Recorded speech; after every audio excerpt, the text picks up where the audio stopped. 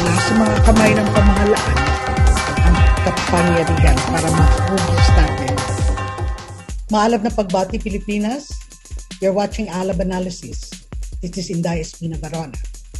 Puno ang balita nitong mga huling araw sa utos ng National Security Council at National Telecommunications Commission sa Smart at Globe na i-block ang mga ilang websites. Kabilang na ang websites ng alternative news outfits, Bulatlat at Pinoy Weekly. Kasama po namin sa Altermedia itong dalawang news outfits na ito. Kahit walang basehan, binansagan ng outgoing National Security Advisor Hermogenes Esperon Jr. na affiliated raw at taga-suporta ng CPP, NPA at NDFP na mga designated terrorist organizations, ang maraming legal organizations, pati media organizations na pinag-utos niyang i-block. Ano ba ang nilalabag ng order na ito? Pinangangandalakan ni Esperon na ito ay legal sa ilalim ng anti-terror law. Totoo nga bang legal siya? Kasama nga ba siya sa anti-terror law? Pero higit sa lahat, bubusisiin natin. Ano itong panganib, bagong panganib na nakikita natin, hindi lamang sa freedom of the press, kundi sa mas malawak na malayang pamamahayag, at ano ang epekto nito sa pagtupad ng mas malawak pang karapatang pantao. Yan ang tatalakayin natin sa episode na ito ng ALAB Analysis. Makakasama natin sa discussion ngayon si Ronaldin Olea, Managing Director ng Bulatlat.com, isa sa affected news websites ng NTC order, and si Attorney Josa Dela ng National Union of People's Lawyers. Isa siya sa mga abogadong humarap sa Supreme Court nung nakaraang taon para mag-challenge sa Anti-Terrorism Act of 2020. Len, siguro mauna tayo sa iyo, no? How did you discover na block pala yung inyong website? Kailan to? We discovered it on June 21. But before that, on June 17, we received messages from several readers telling us na they cannot access the website, ganyan. So, we alerted our web host, Curium Media Foundation, asking them to look into that. And then, they did a series of quick, parang test. And they confirmed that it was a deliberate action on the part of the ISP or the internet service. Yes, internet service provider. So medyo nagtaka na kami, bakit nila yun gagawin? 'Di ba? Di naman sila government entity. And then so we wrote to them. We also wrote to the NTC and the DICT, same day po yan. Okay, teka. Did Smart reply? Yes, they did. When and what did they say? It's a confidential email. Pero yun nga, parang just to say that hindi sa kanila nanggaling yung the intention. Kumbaga, yun na lang yung pwede kong sabihin. Yes. Hindi kayo unilateral. Okay. So smart lang, hindi ang Globe. Okay, that's interesting. Sige, Len, tapos, when you wrote to the NTC and sino pa yung sinulatan nyo? Good? DICT. Okay, DICT. Wala pong response. And then yesterday, pati yung Globe subscribers, wala na rin silang access. Okay, sige. And from what we know, ang action na to, utos ng National Telecommunications Commission after Esperon, the National Security Advisor, humingi ng quote-unquote request, pero parang directive na yon, na citing yung ATC.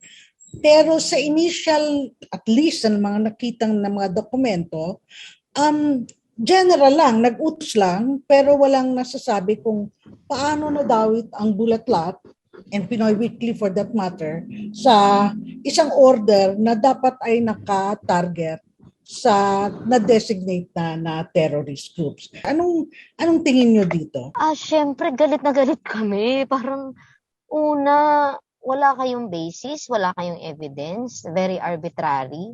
Hindi man lang kami binigyan ng notice whatsoever, any opportunity na tanungin man lang kami, di ba? Or bigyan kami ng babala na, kayo ay pinagsususpetsahang terrorist friendly, ganyan. So, talagang nakakagalit.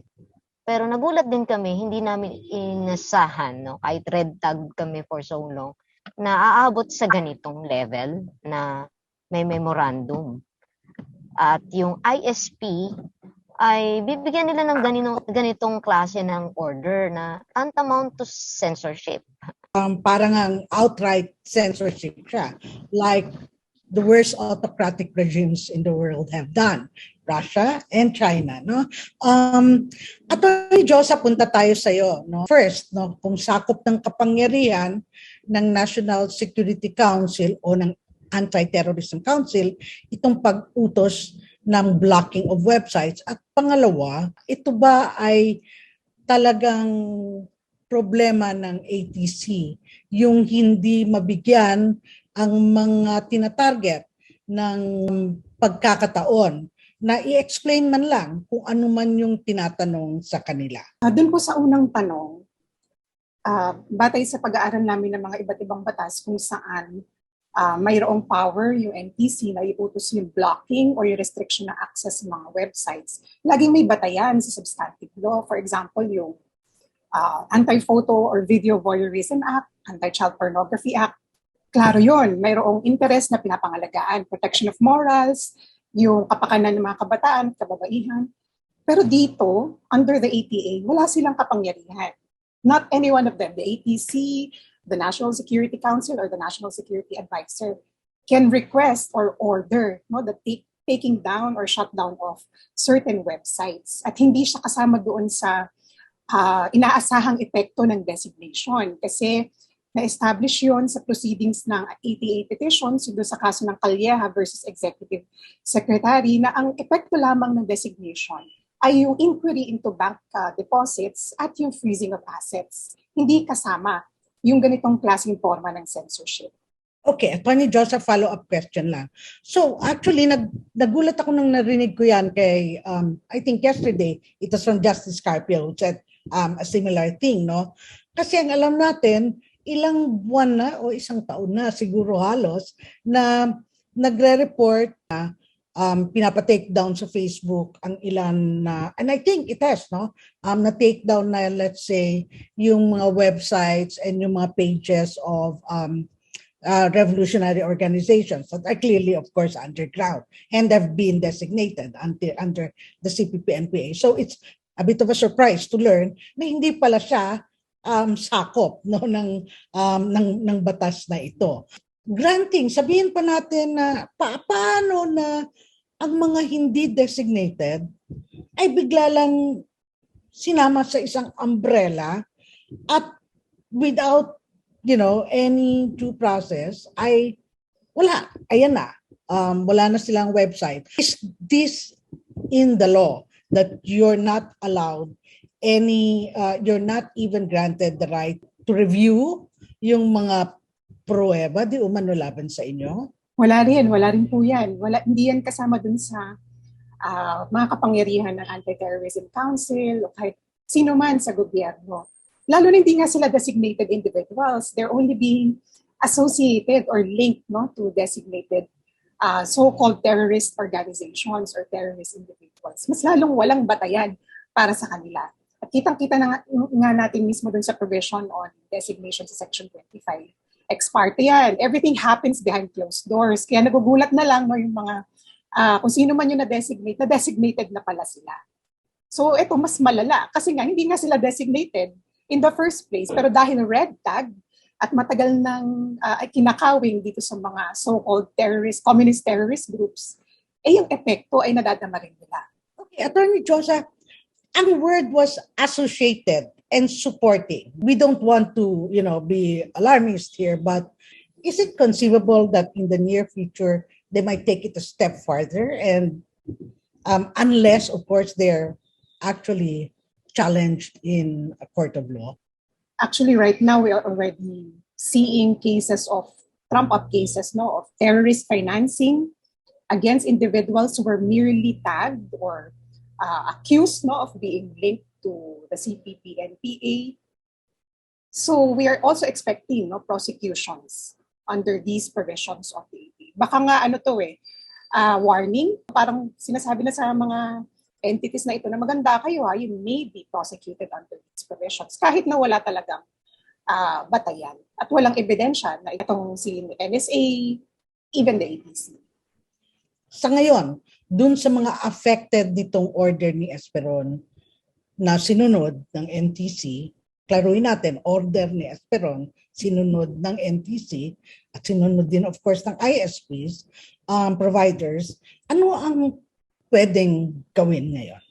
These organizations can definitely come to court and ask for the immediate nullification of this NTC order for being patently without basis and for being an unconstitutional content-based prior restraint, no, to free speech. So ang payo namin sa aming mga kliyente, maging sa mga iba pang mga nakalista doon sa NTC order, kagyat na pumunta sa ating mga korte para hingin nga yung pag-reverse nitong order ng NTC. Len, bakit bulatlat?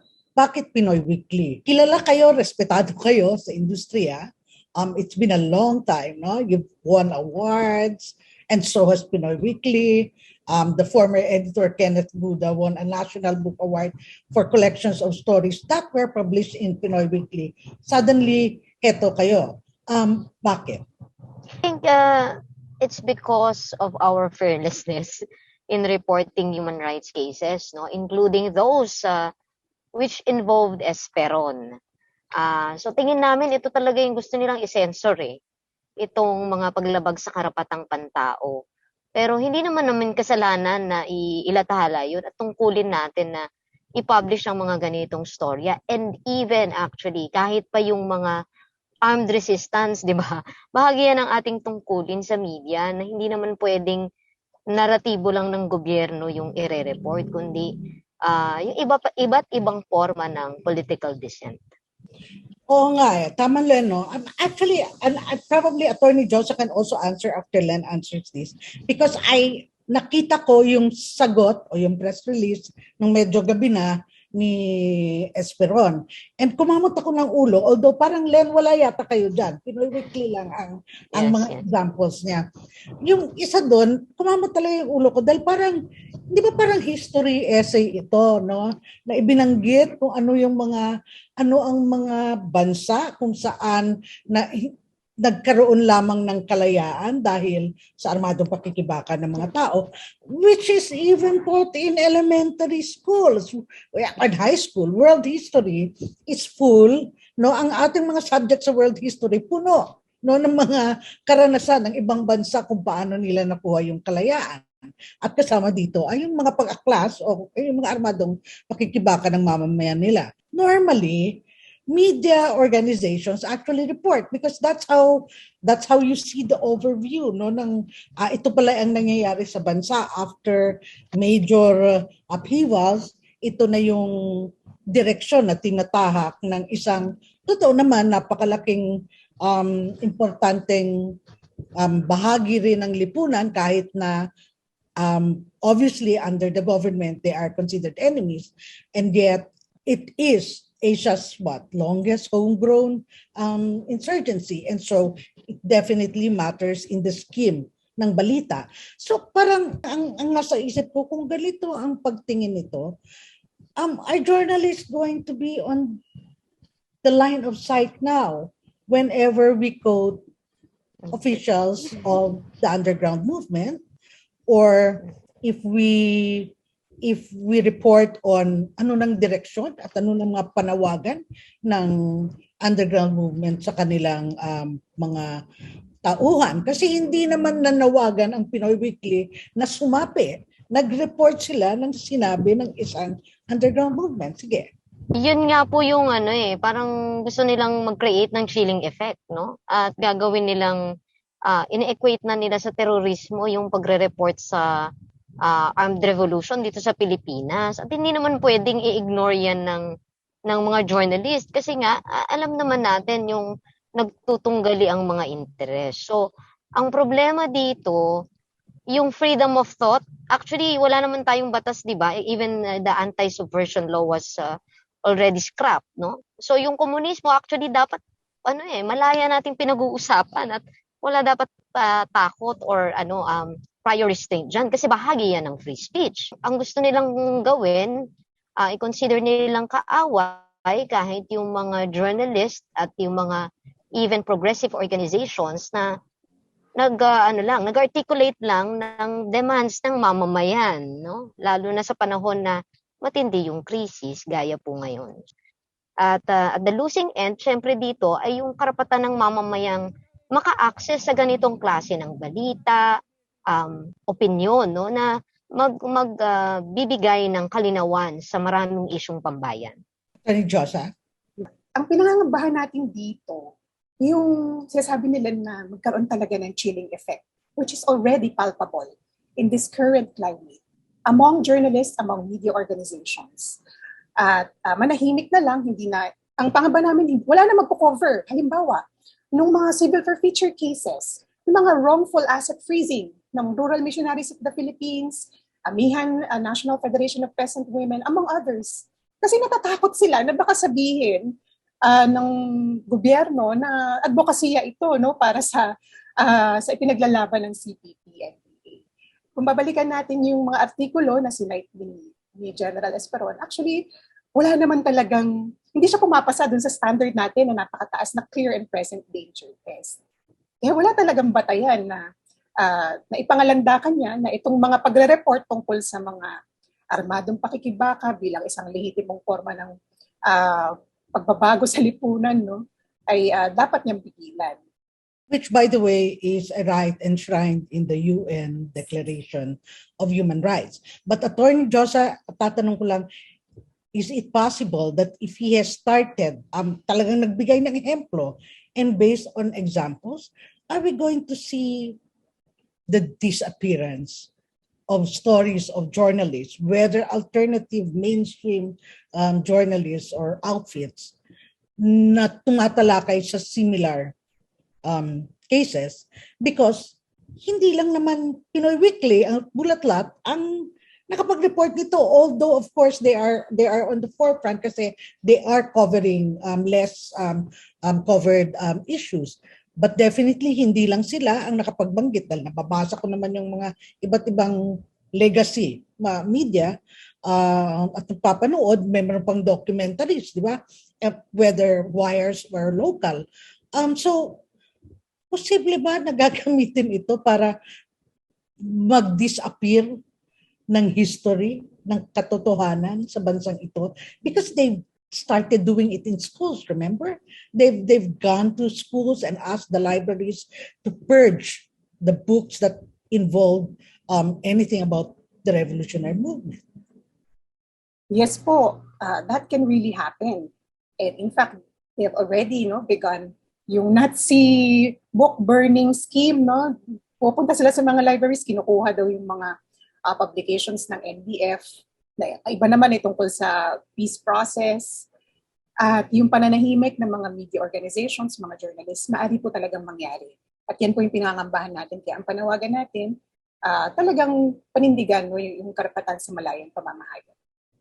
Hindi ko maunawaan kung paano tayo magsusulat ng peace process without acknowledging the armed rebellion. Yes, exactly. Rebellions, plural, no? Okay. We'll take a break for a while for a segment called Masa on the Screen. Dito namin tinatanong o kinukuha yung mga opinion ng iba't ibang netizens ang tungkol sa mga maiinit na issue. So mula kay Rappler journalist Lian Buwan, the space is shrinking, let's group ourselves into one. And I stand with our colleagues in Bulatlat and Pinoy Weekly. Please continue reading their news via the mirror sites, VPN, or on Twitter Solidarity begins now. Tatanungin natin si Len mamaya kung paano yan gagawin. Mula pa sa isang journalist na si Atom Araulio, National Security Council orders NTC to block access to alternative news websites like Bulatlat and Pinoy Weekly on the pretext of quote-unquote terrorism. And he adds, mind-boggling and chilling. Mula sa netizen na si Carl, ito yung parting gift ni Duterte kay Marcos Jr. The continued vilification of the alternative media institutionalized by his draconian anti-terror law. Ang Bulatlat ang Pinoy Weekly hindi raw affiliated with the underground communist movement, pati na ang Bayan, Pamalakaya, Amihan, and Arkibong Bayan.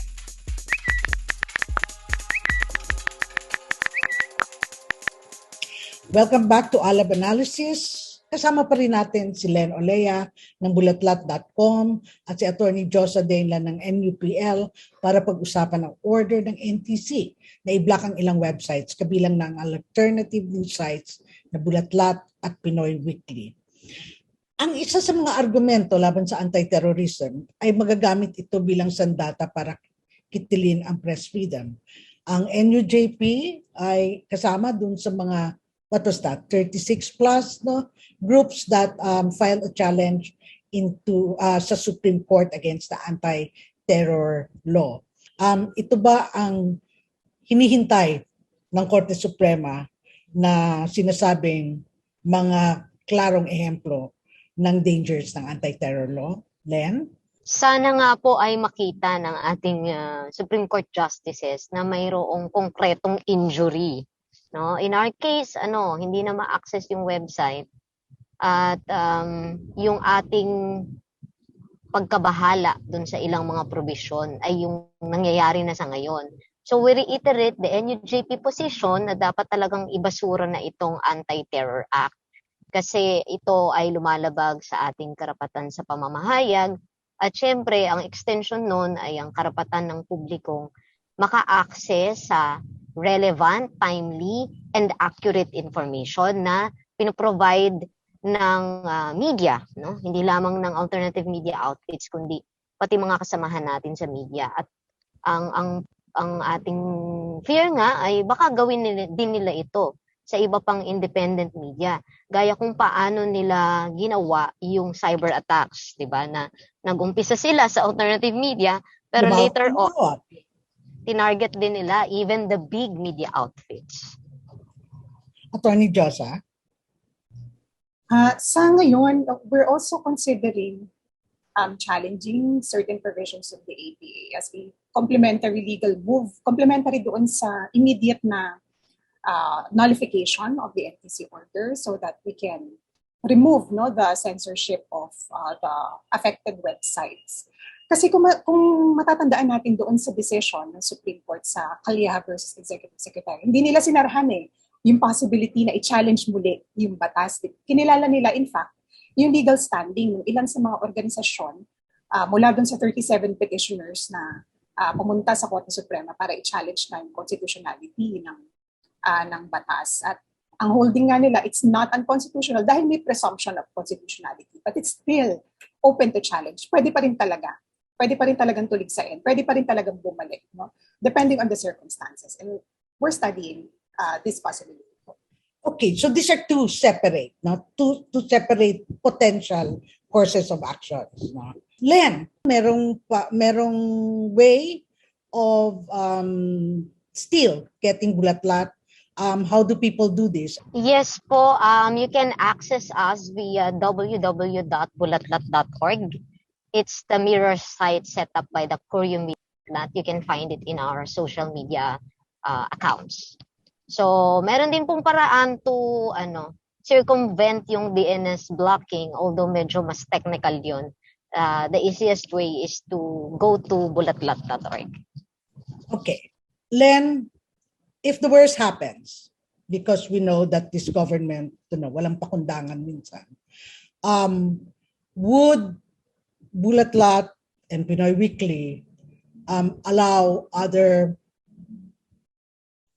media organizations, mainstream or alternative din, to, let's say, serve as platforms for stories that are no longer accessible on social media because of the blocking of the government. Totoo po yan. Kami, una sa lahat, nagpapasalamat kami sa overwhelming support and solidarity ng media organizations at mga kaibigan.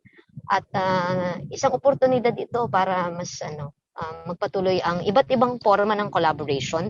So, pwedeng ganyan na kung take down yung aming website, pwedeng sa ibang platforms. At pwede din namang vice versa. Pwede rin posible na sila din yung gawing target no, under this incoming presidency of Marcos Jr. Pwede rin kaming mag-publish no, so long as ma-access pa din. So, sa ngayon, tuloy-tuloy pa rin naman po yung ating trabaho at nagpapasalamat po kami sa iba't ibang grupo na nagpaabot ng kanilang concern at pakikipag-kapit-bisig. At ang ating panawagan sa publiko ay huwag magsawa na tumindig no sa karapatan sa pamamahayag at lalo kailangan natin ng kanilang pakikiisa sa darating na administrasyong ito ng anak ng diktador. Len, pwede bang matanong sa inyo kung ano yung sunod na hakbang ng bulatlat dito? Kagaya po ng nabanggit na ng aming abogado, ni Attorney Josa Dingla, we will exhaust all legal remedies. Although nakakagalit yung statement nila na, meron naman kayong legal remedies. Well, binayolate nyo na yung aming karapatan, saka nyo yan sasabihin sa amin, di ba? So that's one. And then, of course, we will continue our work. At mataas naman po ang aming moral dahil na rin sa suporta at tulong na aming natatanggap mula sa iba't ibang mga sektor. Kaya tuloy lang po ang paglalathala ng katotohanan. Okay, we're about to wrap up. But siguro, Attorney Josa, I'm going to ask two more questions. Number one, itong kasong to, at ang pagsabi na, may legal recourse naman eh. Of course, after the fact, no? It reminds me of the many human trafficking cases filed nili-willy, kahit na alam mong napaka-ridiculous, parang, si Satur Ocampo, si Arlene Rosas, and kadamihan ng charges nito ay nadidismiss. But mukha ang short-term effect na gusto nila ay parang diyan kayo, makaon kayo, di kayo makalabas sa kulungan, or on this, ay di kayo maka-publish. Talagang papatayin yung presence nyo sa publiko. Attorney Josam, ito ba may mga similar, ito ba as a trend, a strategy that is clear? Ma'am Inday, what you described is exactly what we call the policy and practice of weaponizing the law against dissenters, against dissent. Nabanggit ninyo no, yung mga trumped-up cases laban kay Satur. I cannot help but remember the case that was initiated by Esperon himself, perjury, laban po sa mga miyembro ng RNP, Gabriela, and Karapatan. No? These people, human rights defenders, dared ask for protection from the courts for the rampant red tagging and the threats that they have been experiencing in the hands of the NTF-ELCAC and other state officials. And for daring to seek such protection, they faced this trumped-up case of perjury. So retaliation sa pag-assert ng kanilang karapatan, nakakagalit po talaga. Kaya nung nalaman ko na siya rin pala yung may pakana dito sa NPC order, I felt the same outrage that we felt for our clients in this ongoing perjury charge. Pero tandaan po natin, whenever we talk about human rights, it's protecting, fulfilling, not just protecting and respecting human rights, but also fulfilling. Ibig sabihin, not violating human rights in the first place. Hindi sila dapat magkasya sa dahilan na may remedies naman kayo, exercise nila. Hindi po. Dapat po hindi ninyo ginagalaw, hindi nyo nilalabag in the first place. Will this be what the country faces under the Marcos administration? Or is this a knee-jerk flailing reaction of the dinosaurs of the Duterte administration? I heard someone say na itong NPC order is a parting gift. And we're inclined to think that the same policy and practice will continue despite the pronouncement of incoming NSA Professor Clarita Carlos. Although we regard her statement as with optimism. Kasi sinabi niya that red tagging is wrong, hindi na dapat yan magpatuloy bilang practice ng gobyerno.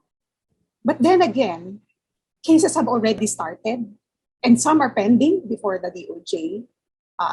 DOJ National, in fact, for terrorist financing. Pinaprosecute na iba naming kliyente for similar charges. Patuloy yung civil forfeiture. And we do not see it in the immediate future na titigilan talaga nila ito. So we need to brace ourselves for further impact dun sa mga consequences ng APA and even the Terrorist Financing Prevention and Suppression Act. Kaya I'm making the same call na dapat ipagpatuloy po natin ang ating solidarity, pakikipagkapit busy. Okay. Parting words siguro, Len and Josa. Alam natin na ang malayang pamamahayag ay hindi lamang para sa atin sa media. At ito ay akibat dun sa iba pang karapatang pantao. So anong pwedeng mensahe nyo na maibigay sa mga mamayang Pilipino para maintindihan talaga nila na hindi pwedeng ma-separate yung press freedom issues sa mas malawak na civil liberties and human rights campaign? Yung ating pong kalayaan sa pamamahayag, papayag na ating mga saloobin, press freedom, sa batas po, sa totoo lang, yan ay may preferred status. Kasi batid natin na importante yan sa exercise ng iba pang karapatan. Saan nakasandig, yung right to information, yung kalayaan ng mga mamamayan na magdesisyon para sa mga sarili nila, at unahin yung gobyerno, yung mga wrongdoing sa ating pamahalaan. Kaya there's no question that we should really be fighting for these rights. I always say this, and I will keep repeating this statement. The rights that we see, the freedoms, particularly the freedom of expression and speech and press freedom in our Bill of Rights, they are not guarantees. They only find meaning when we continue to assert them. Thank you, Atty. Josa. Well said. Len? Ang kalayaan sa pamamahayag ay karugtong ng iba pang basic and fundamental human rights. At ito yung mga karapatan ng ating pagiging tao at hindi sa ilalim ng supposedly ay democratic na gobyerno. Dapat ito ay kinikilala, ipinagtatanggol at hindi niyuyurakan. Kaya kapit-bisik po sa lahat ng human rights defenders at lahat ng nagmamahal sa ating bayan sa pagtataguyod ng karapatan ng mamamayan. So labanan po natin itong panibagong forma ng sensura at itaguyod ang katotohanan. Salamat, Len. Salamat, Atty. Josa. Thank you for giving us your time at this very challenging days. Padayon, huwag bibitiw.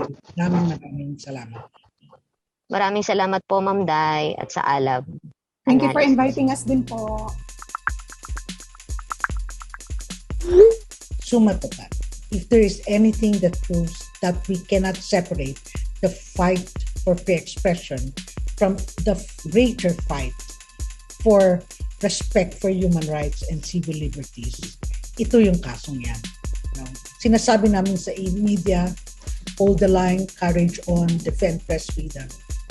Panahon na, nasabihin rin natin, assert press freedom, assert civil liberties, assert your human rights. Hanggang sa susunod po na episode ng ALAB Analysis, Pilipinas, padayon. Let us not make this good night.